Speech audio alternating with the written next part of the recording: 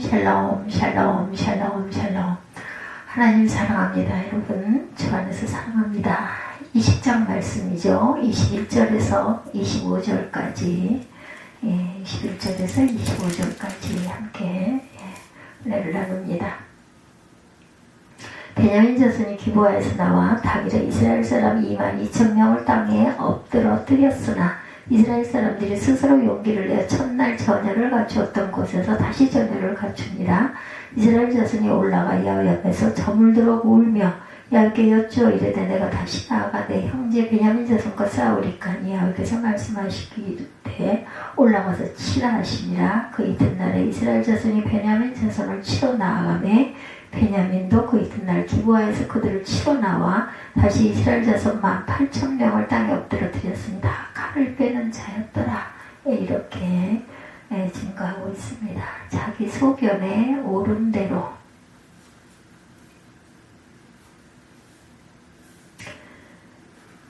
살았던 사사시대 25절에 보니 그때 이스라엘에 왕이 없으므로 사람이 각기 자기 소견에 옳은 대로 행하였더라. 이렇게 증거하고 있어요.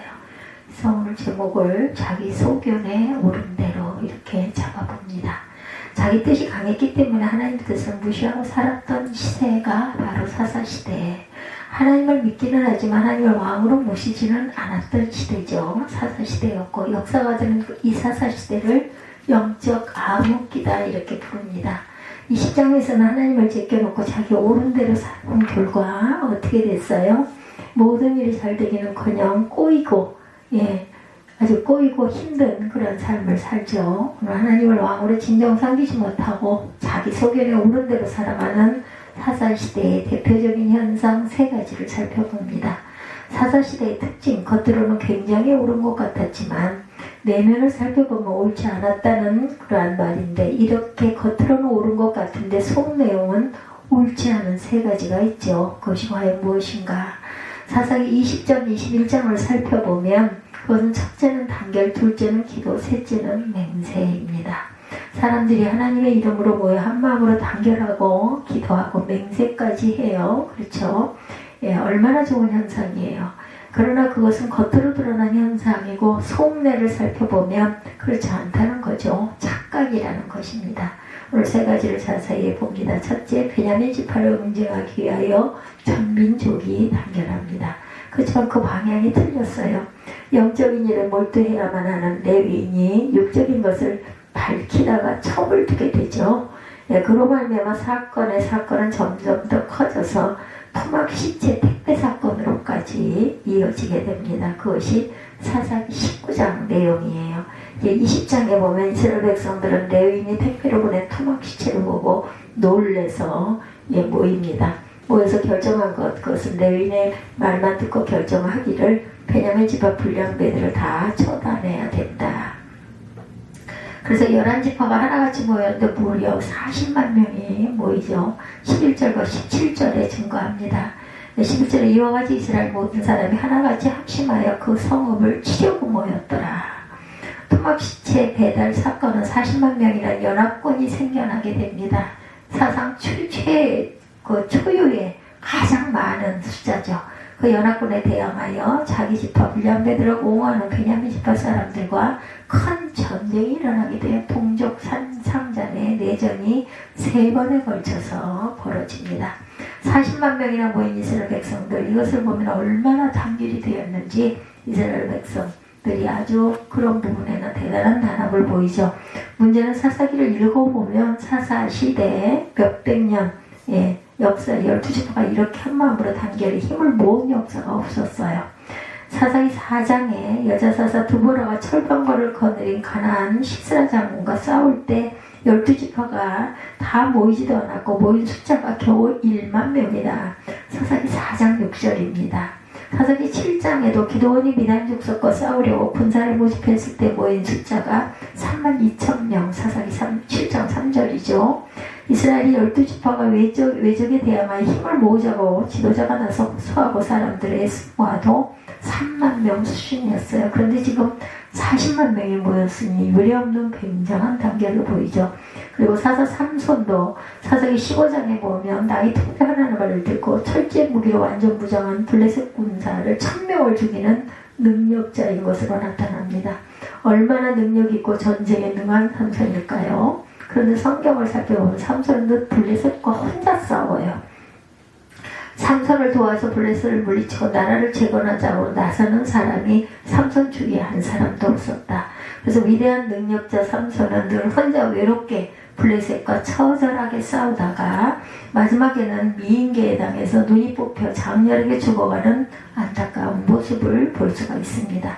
이렇게 사사시대에 정작 온 지파가 힘을 모아 싸워야 할 때 이 핑계 저 핑계를 대며 빠지며 단결하지 않았던 이스라엘 지파가 같은 민족과 싸우자 할 때는 한마음으로 단결해서 12지파가 40만 명이나 모이는 단합을 보입니다.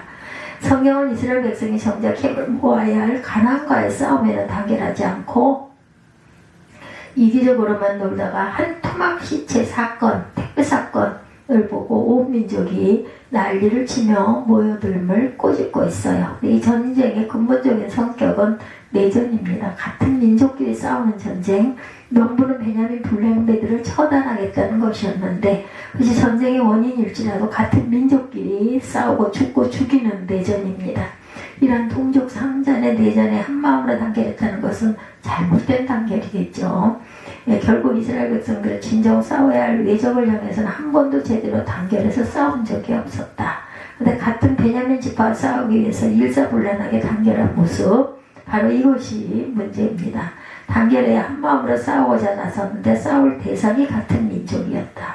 즉 겉으로 보기에는 훌륭한 단결인데 방향이 틀렸다는 거죠. 이것이 바로 하나님의 뜻을 쫓지 않고 자기 소견에 오른 대로 행동하는 결과. 단결, 협동, 한마음 참 좋죠. 그런데 그렇게 단결된 힘을 엉뚱한 곳에 쏟아 부으면 나라가 망하죠. 단결의 방향이 중요합니다. 우리나라도 그런 부분이 있죠.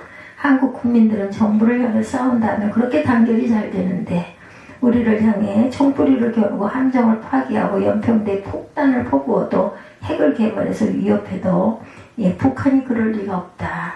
정부가 공연히 위기감을 조성한다. 북한을 규탄할 생각을 안 하고 정부 탓을 하고 국민이 있으니 우리나라 단결심은 사사시대와 같지 않은가 생각합니다. 협동하고 단결해야 할 때죠. 우리 또한. 근데 정작 중요한 것은 무엇을 향한 단결이냐가 중요합니다. 하나님 나라를 위해서 단결해야 되죠. 정의를 위해서 단결해야 합니다. 그러기 위해서는 내 소견을 중심으로 뭉치자 그래서는 안 되고 하나님 뜻으로 뭉쳐야 합니다. 전쟁을 앞두고 제사를 드리고 기도도 합니다. 그러나 하나님의 응답은 항상 싸늘하죠. 이스라엘 12지파는 베냐민 지파와 3번 큰 전쟁을 합니다. 근데 전쟁하기 전에 항상 기도하는 모습을 볼 수가 있어요. 20장, 18절, 23절, 28절입니다. 근데 기도할 때마다 하나님은 응답을 하세요. 근데 그렇게 기도하여 응답받고 전쟁했지만 이스라엘은 11지파는 베냐민에게 2번이나 큰 패배를 당합니다. 마지막 3번째 전투에 비로소 크게 이겨서 베냐민 지파는 600명만 남기고 모두 전멸을 당하고 말죠. 이상하죠. 분명 하나님께 기도도 하고 응답도 받고 전쟁했는데 왜 2번이나 졌을까? 그것은 기도한다고 모두 경건한 성도인가? 아니라는 거죠. 중요한 것은 어떻게 무슨 내용으로 기도하는지를 따져보아야 그 사람의 진정한 신앙을 알 수가 있다는 거죠. 예를 들면 어떤 사람 새벽마다 기도하는데 기도하는 내용이 하나님 복권 당첨되게 해주세요. 그렇게 기도한다면 그 사람 신앙이 좋겠습니까? 아니죠. 그렇지 않습니다. 그 사람의 기도는 자기 요행이 하나님을 이용하려는 기도일 뿐 기도라고 볼 수가 없죠. 결코 하나님을 왕으로 모시는 사람이 아니라는 것입니다. 지금 11지파의 기도 내용을 보면 18절에 이스라엘 자손이 일어나 베델에 올라가 하나님께 여쭈어 이르되 우리 중에 누가 먼저 올라가서 베냐민 자손과 싸우리까 하니 야훼께서 말씀하시되 유다가 먼저 갈지니라 하시니라. 기도가 잘못된 기도인가 자기끼리의 결론을 다 내어놓습니다. 베냐민 지파를 죽여버리자. 근데 가장 중요한 것은 하나님께 묻지를 않아요. 진정 질문해야 할 내용은 같은 형제 지파와 전쟁을 해야 합니까?입니다. 근데 자기들끼리 결론 내놓고 하나님 앞에 와서 어느 지파가 올라갈까요? 라고 물어요. 기도하는 모습만 경건한 것이지 실은 교만한 기도죠. 하나님께서 기도하려면 생활의 기도가 먼저 이루어져야 합니다. 하나님께 기도하려면 기도 생활도 중요하지만 우리의 생활 자체가 기도화되어야 한다. 우리의 생활은 아주 온전치 못하면서 새벽에 나와 거룩하게 정성을 다하여 기도한다고 온전한 기도가 될 수가 없다. 생활의 기도, 예배의 기도가 함께 되어져야 한다는 거죠. 사사기를 보면 이스라엘 11지파의 삶은 하나님의 왕이 아니라 재물이 왕이고 세상 쾌락이 왕이고 11지파가 모였을 때는 모두 경건한 채 기도하는 모양만 보입니다. 형식적인 기도만 하는 이스라엘을 향하여 하나님께서도 형식적으로만 응답하시죠. 그래서 누가 싸울까요? 기도할 때 유다 성봉으로 나와서 싸우라 하실지 승리의 응답은 없었어요. 결국 이스라엘 11지파는 두 번의 전투에서 4만 명이 전사합니다. 근데 4만 명은 의미 있는 숫자죠. 이스라엘 참전 용사 40만 명의 10분의 1이에요. 하나님은 왜 이스라엘을 4만 명이나 전사하게 하셨나? 10분의 1이라는 숫자는 이스라엘 전체 숫자를 의미하죠. 11조 사실상 나의 전 재산을 드리는 것을 의미하듯이 즉 하나님은 이스라엘 11지파가 4만 명이나 전사하게 하심으로 이스라엘 전체에게 사실상 진노하고 계시다는 것을 보여주십니다. 하나님 입장에서는 불량배들을 무조건 옹호하는 베냐민도 온전치 않지만 진정 자신들이 회개한 것은 회개 안하고 베냐민만 죽여야 한다고 떠들어대는 이스라엘 백성들도 똑같이 온전치 않다는 것을 않다는 것을 보여주려는 거죠. 하나님이 경건한 척하는 11지파나 불량배들을 옹호하는 베냐민 지파나 다 심판의 대상으로 보시고 이스라엘 전체를 심판하십니다. 그래서 성경은 이스라엘이 4만 명 죽은 일이나 베냐민이 거의 몰수한 일을 하나님이 하신 일이라고 설명하고 있어요. 사사기 20장 35절에 야훼께서 이스라엘 앞에서 베냐민을 치심해 당일에 이스라엘 자손이 베냐민 사람 2만 5천 명을 죽였으니 다 칼을 빼는 자였더라. 사사기 20장에 이스라엘 11지파가 한마음으로 모여 기도하는데 이 기도를 하나님의 기뻐하시는 기도라고 볼 수 없는 것은 무엇인가? 첫째는 생활은 온전치가 않은데 기도만 그럴싸하게 한 기도였기 때문이고 둘째는 자기 뜻대로 모든 것을 다 정해놓고 기도의 절차를 통해서 자기 뜻을 하나님 뜻으로 포장하려는 의도의 기도였기 때문이다.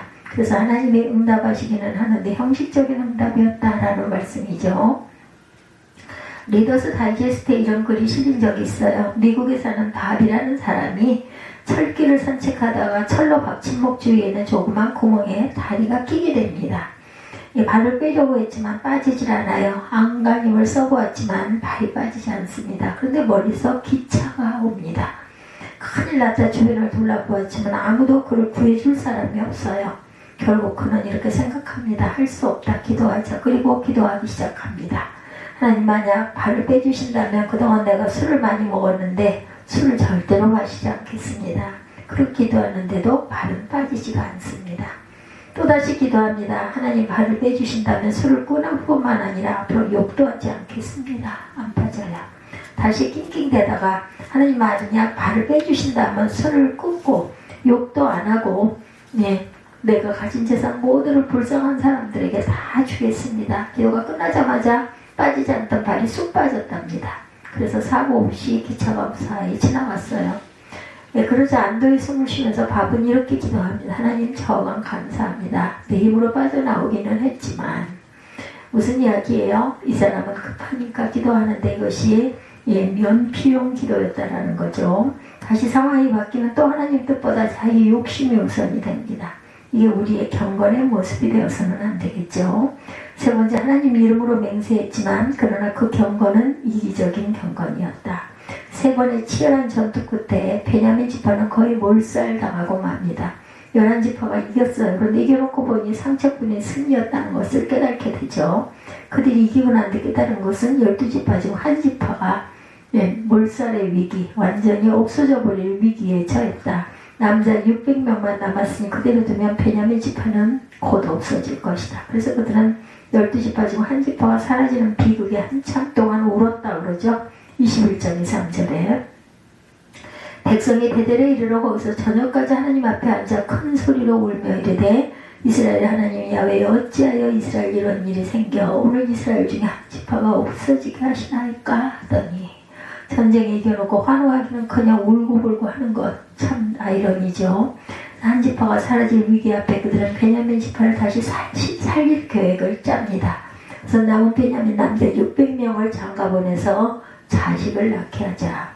근데 이렇게 간단한 답이 있었지만 한 가지 문제가 있는 것은 그들이 베냐민과 전쟁하기 전에 11지파가 한 가지 맹세를 했어요.